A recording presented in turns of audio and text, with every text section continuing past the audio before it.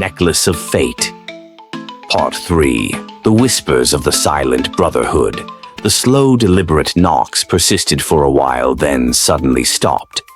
Temi and Abigail exchanged meaningful glances and waited as if in anticipation of something sinister and worse. Then, without warning, the sound of a rushing wind outside echoed through the whole compound, rattling windows and blowing up window blinds and other light items in the house. Then everywhere was so quiet that one could even hear a pin drop. Temi tiptoed to the door while Abigail watched, obviously appearing frightened. As Temi opened the door, no one was in sight. She stepped outside, fully relieved. Abigail followed as she appeared too calm and confident, suddenly that it was difficult to believe she was the same Abigail that had taken her to Badagry to meet the priestess. Same Abigail that was equally terrified and had escaped the shrine with her when the priestess was about to choke to death mysteriously. Same Abigail she had known from way back in school to be easily frightened. This newfound confidence was hard for Temi to process, but she decided to let it slide. Temi could not really explain the knock, the wind, and the fact that there was no trace of anyone within the compound when they opened the door. She recaptured everything that had happened recently and started to contemplate her next line of action, especially with the sudden abduction of Pastor Mark. "I'll be traveling out of town tomorrow, Temi," Abigail announced. "Be strong and watchful. As soon as I come back, I'll come over here." "You are traveling? That was so sudden and the timing is so wrong. I need you around at this moment, Abigail." "I am so sorry," Abigail said as they both re-entered the house and locked the door. "It's something that had been planned earlier, and it's so vital." "No problem, Abigail. If it is something so pressing, I can cope." 2 weeks had passed without any major incident. The police had not come up with anything about Pastor Mark. Temi had visited Pastor Mark's family severally to console his wife and family and equally spend some time with them. Pastor Mark's wife's confidence was so concrete that Temi got infected. She kept saying that her husband's covenant with God was not a covenant of death or any form of tragedy, that his God will surely bring him back home safely, and it would end up being a testimony to strengthen the faith of other believers. A body of Christians under the name of Sons and Daughters of the Light had held a protest match and later called a press conference to bring the matter of Pastor Mark's abduction to international attention, highlighting the danger facing innocent citizens of the country.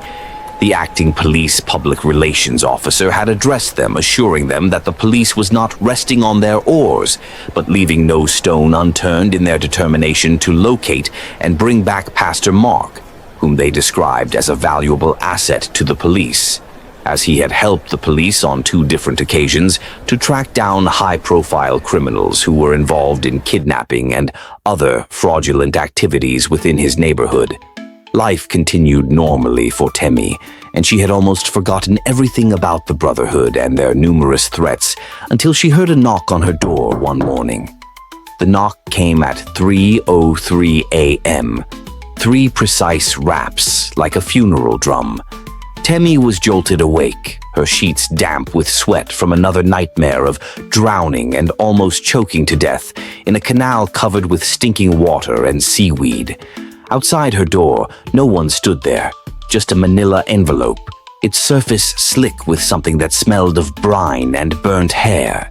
Inside the envelope, she found the following items: a grainy photo of a young girl who looked exactly like her, strapped to a rusted chair in a flooded room, a newspaper clipping from 1999. Bishop Fagah's daughter dies in tragic accident. The ink smudged where someone had wept on it, and a memory card.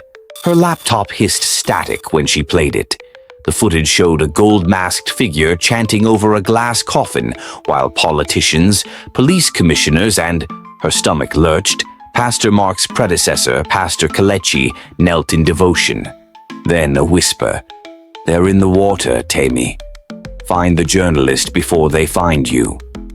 The screen went black. A single word glowed in the darkness. Filami. David Filami wasn't just a journalist, he was a bloodhound. 2 years ago, he'd been investigating a series of missing children, all born on the same day, all last seen near Lagos's water treatment plants. Then his sources started drowning. Dry drownings, the coroner lied.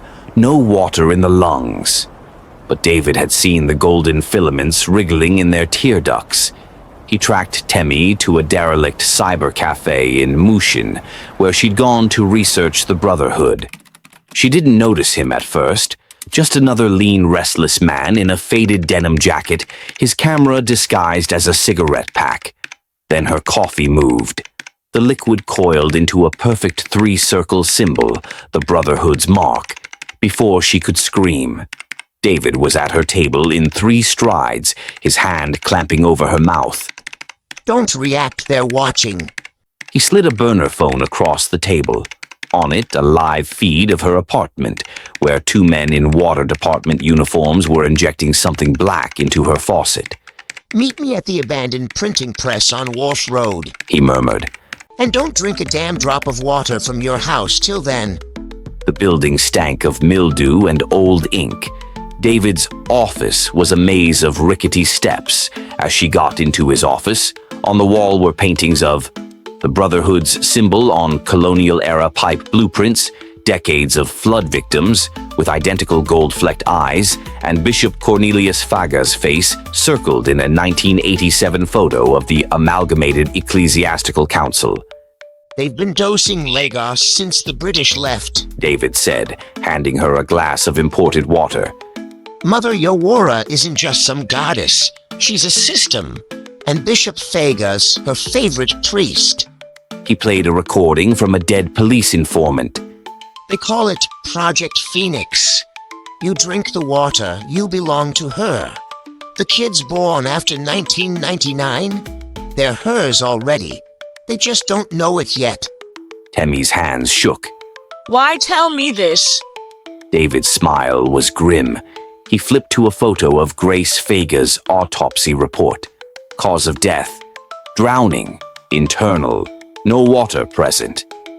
Because you're the only one she couldn't claim. He tapped Temi's shoulder. Your grandmother's curse was a wicked act, but somehow it had protected you from them. Now the Brotherhood needs your willingness to finish their ritual. A noise outside, wet footsteps. David killed the lights. Time to run, he announced, himself ready to bolt the next minute. They barely made it to the car before the Brotherhood's enforcers surged from the shadows, men with 2 black pupils and skin that glistened like wet clay. David floored the accelerator, tossing Temi a pistol. Ever shot a man? No! Aim for the neck. Their skulls don't break. Later, in a safe house reeking of garlic and whiskey, David showed her the final piece. A 1924 ledger from the Colonial Water Ministry, detailing ritual infusions of a sacred river's water into Lagos's pipes. At the bottom, a list of first-generation Brotherhood members, including Temi's grandmother. She wasn't cursing you, David said softly. She was trying to powerfully enrich you and, in that way, succeed in binding you to keep Mother Yawurah from smelling her other granddaughter. Your twin. It is too complex for you to understand, Temi. Temi tried to process this. Then the safe house's water pipes burst. Black water gushed upwards, forming a woman's silhouette with hollow eyes. David grabbed Temi's wrist. Now you see what I mean? Flashback to Lagos in the year 1999. The night Bishop Cornelius Fagah damned himself, the rain fell upward. Inside the crumbling mission church, the air reeked of burning myrrh and something older, wet stone, rotting lilies. His daughter, little Grace, lay on the altar, her white communion dress stained with the wine he had forced down her throat. At her feet, the high speaker of the Silent Brotherhood waited, his mask sewn from the skin of a long-dead priest. She is pure, the speaker hissed. Mother Yawurah will drink her soul and spare your flock. Bishop Cornelius's hands shook. The nightmares had promised power, visions of a goddess with a mouth full of drowned men, whispering that the city of Lagos would burn if he did not obey. Now, as the ritual dagger plunged, Grace's eyes locked onto his. They did not scream. They understood. When it was over, the speaker pressed a vial of her blood into Cornelius's palm. The mother is pleased now, but be aware of the fact that she'll definitely ask for more, like the patched, dry earth. She is never satisfied with blood. Then he let out a frightening cackle and immediately got serious once more. Outside, the first bodies floated in the lagoon, his congregation, their lungs filled with black water. The bishop wept. The Brotherhood smiled. Present-day Lagos. Temi Adedeji Fagah's reflection blinked. She recoiled from the bathroom mirror, heart hammering. For a fraction of a second, the face staring back had not been hers. Too pale, too cruel, the eyes gold-veined and knowing. "You're losing it," she muttered, splashing water on her face. The liquid coiled against gravity, forming a perfect three-circle symbol before draining away. She didn't notice. Across the city, in a flooded basement beneath the old Water Corporation building, 12 hooded figures chanted over a glass coffin. Inside, Grace's corpse floated perfectly preserved, her lips stitched shut with golden thread. The high speaker raised a necklace with the words Temi, the one her grandmother had obtained from the Brotherhood and had subsequently cursed her with. The vessel is ready. He intoned. All we need is the spark. Bishop Fagah, now a skeletal wreck of a man, placed his crucifix on the coffin. She will come for her sister, and when she does, The water in the coffin bubbled violently. Mother Yawurah will wear her skin. Temi's phone buzzed. A contact simply labeled D had sent a photo. A classified top-secret file labeled Project Phoenix. Its pages filled with names of missing children, all born on Temi's birthday. "Meet me. Now." The WhatsApp message concluded. David Filami waited in a derelict cafe, his camera already recording. They've been dosing the water supply, He whispered, sliding a vial across the table. Inside, golden filaments writhed like living things. It's in the pipes, in the blood, even in the damn holy water at St. Agnes. Before Temi could react, the lights flickered. The air turned frigid. An old woman materialized behind David, Temi's grandmother, her figure bloated from decades underwater. Foolish girl, The ghost croaked, her tears leaving scorch marks on the table. I bound you to Mother Yawurah and the Brotherhood to save you from poverty and shame.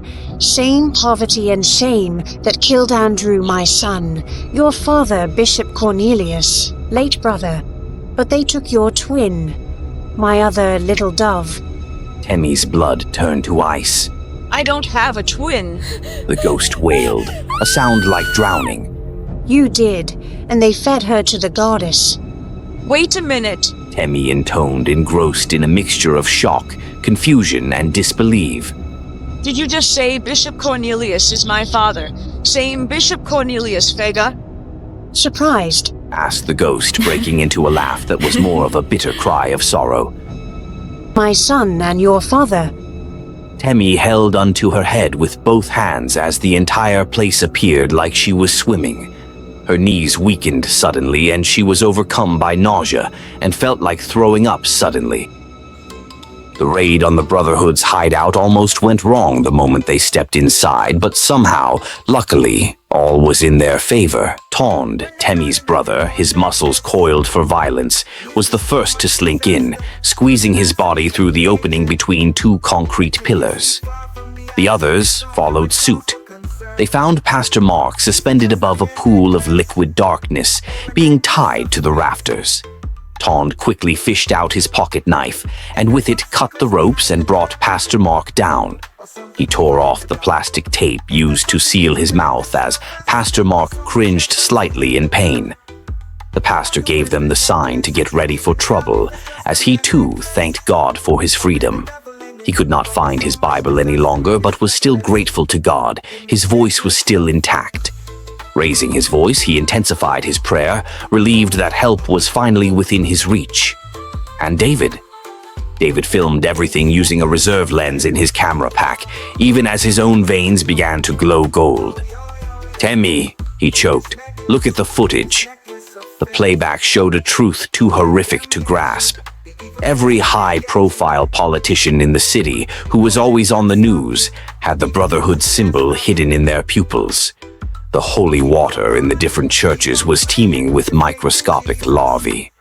And Temi herself, in the moments she wasn't looking, smiled with Grace's teeth. Abigail stepped forward without warning, her necklace pulsing like a second heart as she faced her confused friend, Temi. You were never saving anyone? She whispered. You're just the final sacrifice. Everything is in the master script. I don't get it. Temi remarked, her eyes searching David's own to see if he understood what was amiss. What do you mean, Abigail? Why are you here? Fact is, Temi, my dear good old school friend, has been acting out a script written by the Great Brotherhood without knowing. Abigail, please, come clean. Temi stammered. Are you part of them? Are you a member of the Brotherhood? Without uttering a word, Abigail raised the sleeves of her shirt and revealed a tattoo of the now familiar emblem of the Brotherhood. My meeting you at the canteen, our trip to Badagry, my passing some nights at your place, all part of the plot. Well scripted by the Brotherhood, and we are approaching the climax. So far, you've been wonderful, acting your part so well. The atmosphere was palpable, and the air reeked of salt and rotting fish. Temi moved swiftly, taking Abigail by surprise, cornering her near a rusted anchor.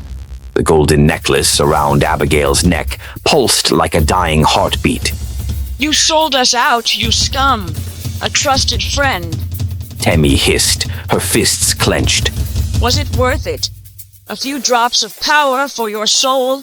You that ate my food and wore my clothes. You that drank my water and shared my secrets.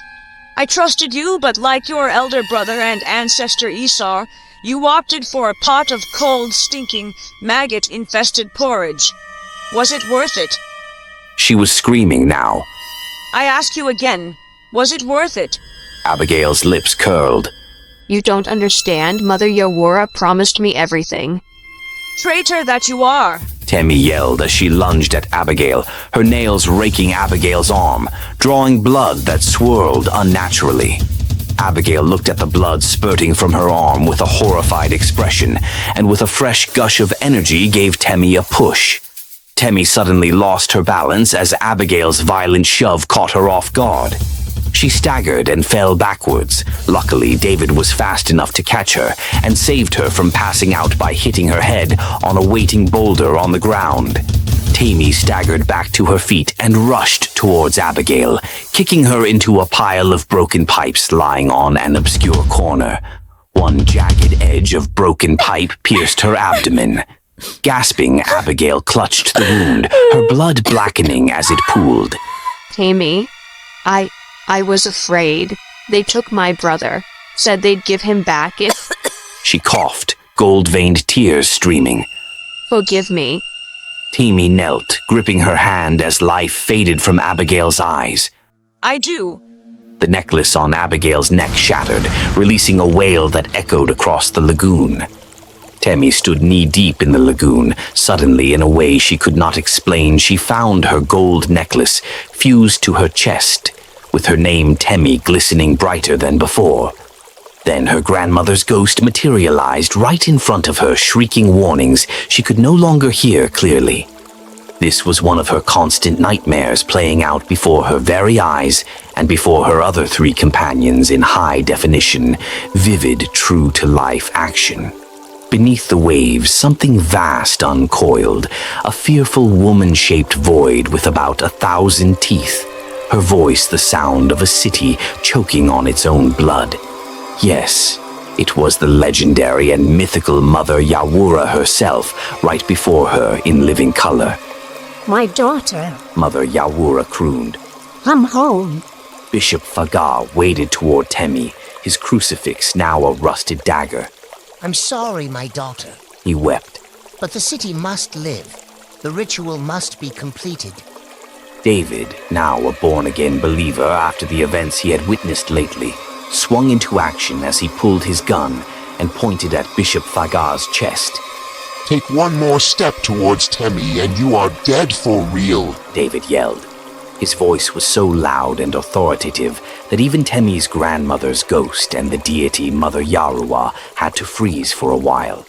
Tond and Pastor Mark frantically barricaded the doors as they suddenly burst into prayers. Outside, hooded figures slithered through the shadows, their chants making the walls bleed black water.